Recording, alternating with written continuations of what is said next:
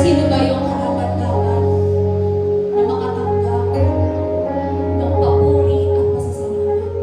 Walang iba kundi ang ating Diyos. Amen. Salamat sa dakila mong pag-ibig. Salamat sa kanyang mo, Ama, sa Diyos.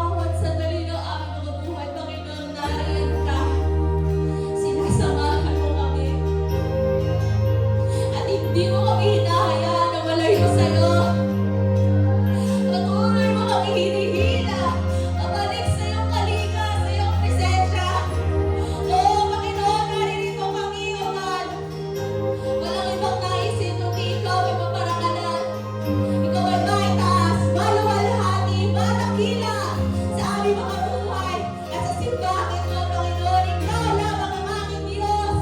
Wala nang iba, O God.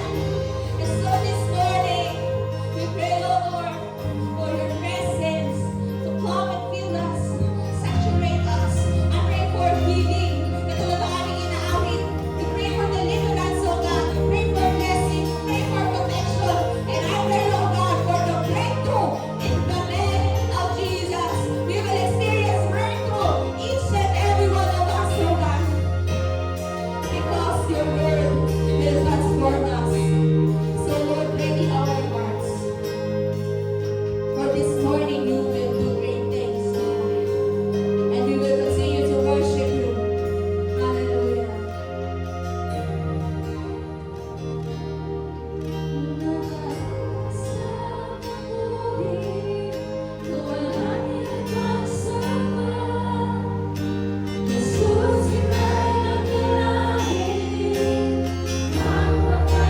Let the people sing.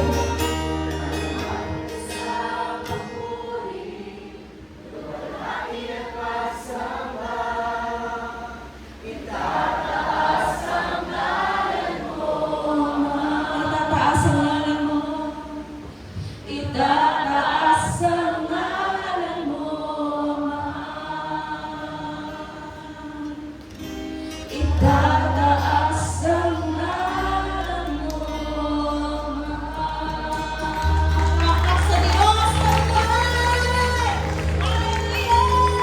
We worship you! Hallelujah!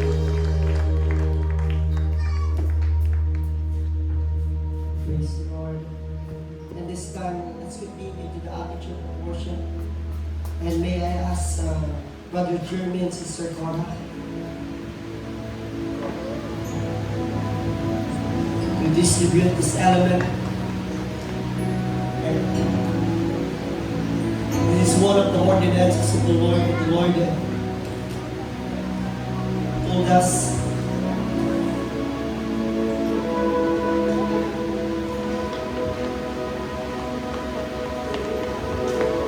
the night bago siya i-betray ni Judas, nagkaroon muna sila ng banal na hapunan na ang tinapay na ito ang kanilang pinagsalusaluhan, na ang tinapay ay sumisimbolo sa katawan niya na pinagpilapin sa at ang sabi niya na dahil sa kanyang katawan, tayo ay nagkaroon ng kagalingan. At yun din na ang saro ay naging simbolo ng kanyang dugo na nagtigis doon sa krus ng Kalbaryo, na siyang naging kabayaran para sa ating mga kasalanan upang tayo ang nagkaroon ng tiyak na kaligtasan. Whenever we eat and we drink the bread and the wine, inaalala po natin ang kanyang banal na ginawa doon sa krus ng Kalbaryo. At inaalala din natin na ang kaligtasan natin ay hindi tumbas ng ginto o pilak, bagkus higit pa riyan ang ibilayan sa atin ng ating Panginoon. Walang iba kundi ang kanyang katawan at ang kanyang dugo upang tayo ay magkaroon ng tiyak na kaligtasan. Habang ginagawa po natin ang bagay nito, bago po natin ito gawin, pinaalalahanan din po tayo ng silatan ng Diyos.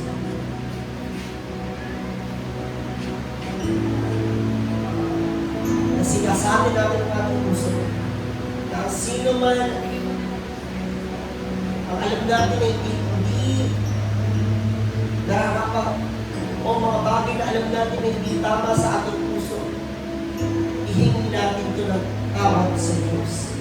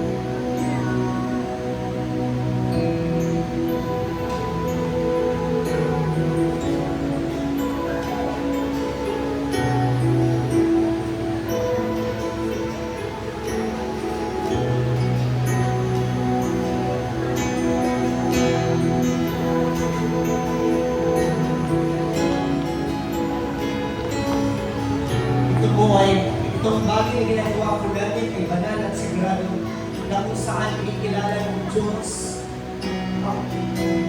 ang pag-alaala na ating ginagawa kung ito yung ating ginagawa mga kapatid, ang ating Panginoon. And this time, ni Sister Cora pa rin panalangin ang tinapay. Yes, Lord. Hallelujah. Patuloy ka namin, Panginoon, at yung puri, Panginoon, at pinasasalamatan sa umagang ito, Panginoon. Salamat po, Lord, sa umagang ito na kami narito, Panginoon, pagkumaga, Panginoon, ang uunyan, Panginoon. Lord, ito pong tinapay, Panginoon, tinatanggap po namin ito, Panginoon. Lord, salamat po sa sakripisyo mo sa amin, Panginoon, upang tubusin ang aming mga kasalanan, Panginoon. Lord, this time, O Lord, patuloy mo siya sa atin ang aming mga puso, Panginoon. At Lord, patawarin mo po kami sa aming mga pagkakasala, Panginoon. Ito po ang aming nalangin sa mga ngalan ng Jesus. Amen. Ngayon po, panalangin po natin ang samo, pag-ibig.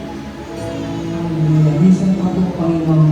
Salamat, Lord, sa iyong dugo. Gamali sa Panginoon, puso, Panginoon.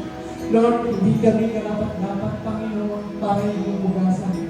Pero dahil sa iyong biyaya at sa iyong pag-ibig, Panginoon, sa bawat isa amin, inalay mo ang iyong buhay at ang iyong dugo, Panginoon, para kami ay mapatawad sa lahat ng aming mga pagkukulang, pagkakasala. At ngayon, Lord, sa iyong harapan, kami, Panginoon, ay napatawad dahil sa iyong dugo na dumalo sa Kalbaryo ng Krus. Lord, sa araw na ito, Panginoon, sa bawat araw na lumilipas, Panginoon, patuloy ko namin aalalahanin ang iyong kabutihan, ang iyong pag-ibig, ang iyong biyaya sa amin po, Panginoon. Lord, maraming salamat po muli. Kung aming dalangin sa tanging pangalan mo, aming Panginoon. Amen. Taas po natin ang tinapay. Sapagkat ito, puro na tinanggap ko mula sa Panginoon at ibinigay ko naman sa inyo. Noong gabi siya ipinagkalalo at ang Panginoong Jesus ay lumangkot ng tinapay. Nagpasalamat at pinagparakit sa sinabi, ito ang aking katawan na inihahandog pa sa inyo. Gawin ninyo ito bilang pag-alaala sa akin. Sabay-sabay po natin kainin ang tinapay.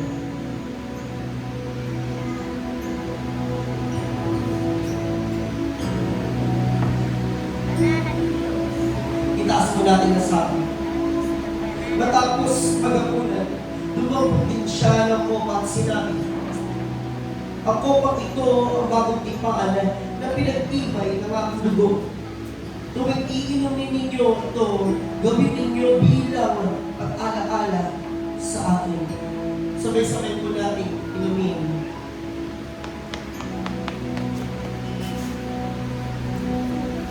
Sapagkat tuwing kakain kayo ng tinapay na ito at iinom sa kupang ito, ipinapahayag ninyo ang kamatayan ng Panginoon hanggang sa kanyang muling pagparito.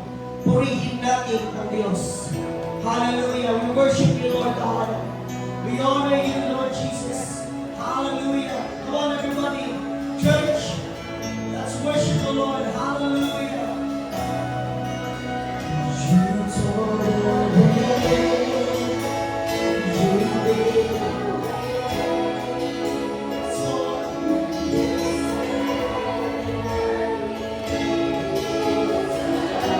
saw the way, you saw the way. You made a way. When you said that it is done. Panginoon, hayaan niyo sa aming kalagitnaan, ikaw ay makapugihan. Panginoon, salamat po sa patuloy na pagpapaalala na ikaw ang Diyos namin na sobrang mabuti na niligtas kami sa tiyak na kapahamakan. Panginoon, sinabi ko sa iyo salita na walang sino plan ang nakitala sa langit at sa lupa na makapagliligtas sa amin kundi ikaw lamang aming Panginoon Jesus.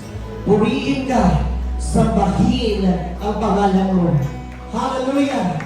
Hallelujah! And Lord, patuloy po namin isinisigaw, Maranatha! Maranatha! Maranatha! Panginoon, bumalik na po ngayon. Purihin ka, O Diyos. Sa pangalan ni Jesus. Amen. Amen.